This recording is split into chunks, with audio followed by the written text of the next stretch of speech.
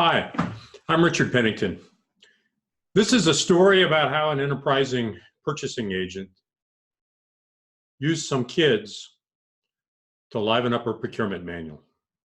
Some of you may not be procurement experts, and let me just say a few things about a procurement manual. With an example, oftentimes you'll go out and buy a car, you'll just go to the lot and purchase it. Well, most governments, states and counties and cities really can't do that. They have policies and laws, really, ordinances in the case of cities, policies and other entities that require them to compete goods and services over certain amounts. So a car they put out for a competitive bid. The rules that govern these types of procedures are often published in a procurement manual that tells employees in the governmental entity what the rules are that they have to follow. And you know what? It's not a page turner. In between a couple of my law gigs, I was doing some consulting for the state of Colorado. And they were reaching out to a variety of public entities in Colorado to talk to them about the statewide procurement card and get their requirements and their practices and understand what they needed in the case of electronic ordering. We had a focus group that consisted of 12 people from a variety of public entities, from universities all the way to townships. And one of those was Montrose County.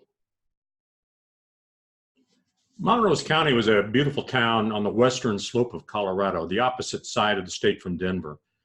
It's between the city of Grand Junction and Ouray, and the gateway to the Black Canyon National Park. It's loaded with historical buildings.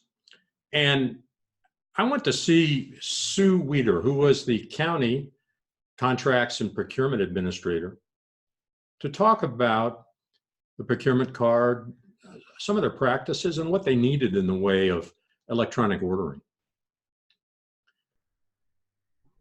When I got up to leave, I looked down at the coffee table, and this is what I saw. So I turned to Sue and I said, "All right, Sue, tell me the story." What she explained was that for about 10 years, they had needed an update to the procurement manual. And Sue had an idea for making it a little bit more interesting. She thought, maybe we can put some art in it. She went to her supervisor, the deputy county administrator. He was on board. She talked to a couple of offices that probably would have to be involved, and they thought it was a good idea. So she contacted the Boys and Girls Club in Montrose, the Boys and Girls Club of Black Canyon. They invited her down so she could talk to some of the kids. Sue told them about how they involve local businesses, some that they might know, how they bought things from pencils all the way to heavy equipment. That was a popular one.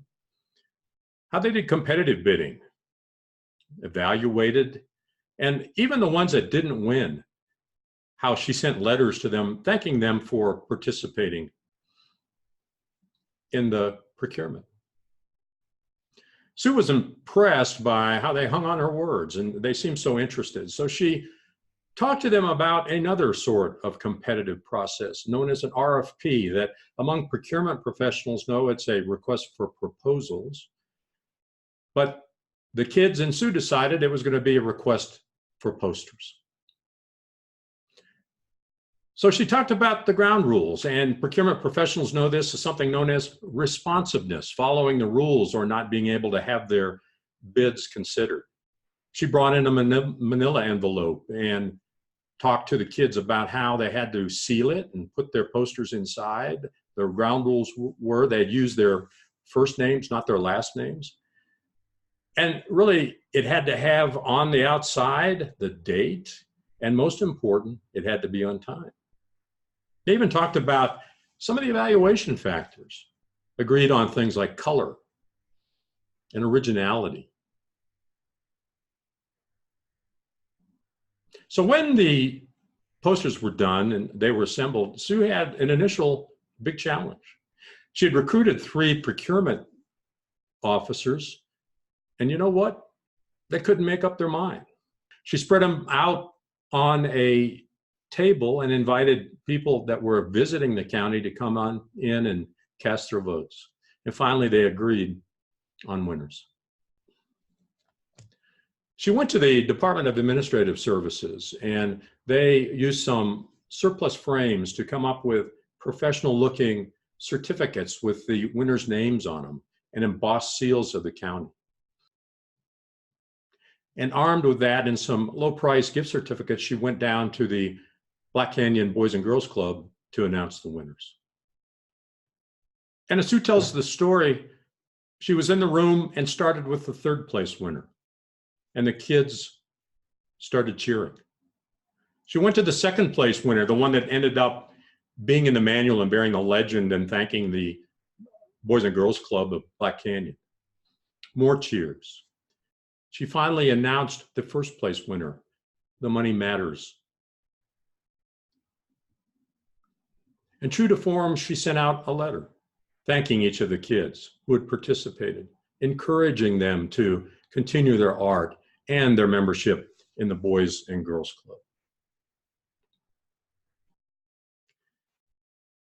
Sue told me that what really surprised her was the kids didn't care about the gift certificates. The embossed sealed certificates were a big deal, but mostly the kids were excited about the fact that she was going to use their art, which she did in various presentations around the county. So I was sitting there and listening to the story and started through the manual, much like the county commissioners had, paging my way through.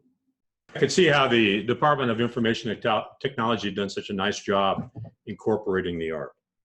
And as I paged through, I'd see some I didn't really understand, like this one, whose legend was, "Just spend it." When I asked Sue about that, she smiled and she said, you know, she had talked about small purchases, the types of purchases that are low enough value that you don't have to go through a formal competitive process. She thinks that this student was just visualizing the idea that you could just spend it.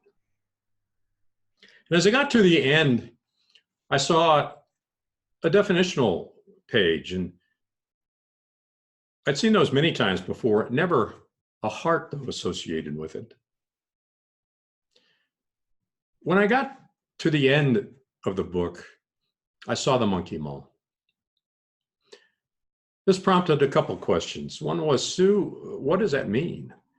Sue smiled and said, you know, nobody ever really knew what that meant, but it was a popular picture. And of course, the next question, my being an attorney and having done legal review of contracts in my life, I asked Sue, how did you decide which pictures to put on which pages? Sue got a sparkle in her eye and said, you know, that was so popular, we just wanted to put it towards the back where we knew people would look for it and keep paging through. At least that's Sue's story. You know, every time I tell this story, I learn something new. I learn about intrinsic motivation and what is it about children that they can engage and really don't care about the monetary rewards. What is it about their curiosity that makes these sorts of things happen? What can we learn from that? For me, Sue's story became one of the most endearing stories that I ever tell when I talk about great procurement teams.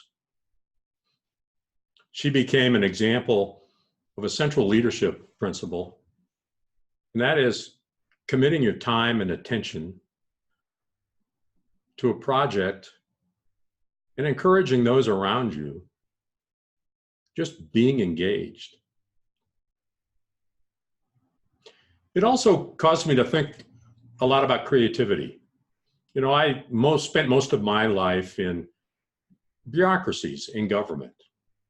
And the picture behind me is what most of us think about art. and creative pursuits, but there's opportunities for everyone. Made me think maybe I needed to put a little art in my procurement practice. Do you have ways to put art in what you do?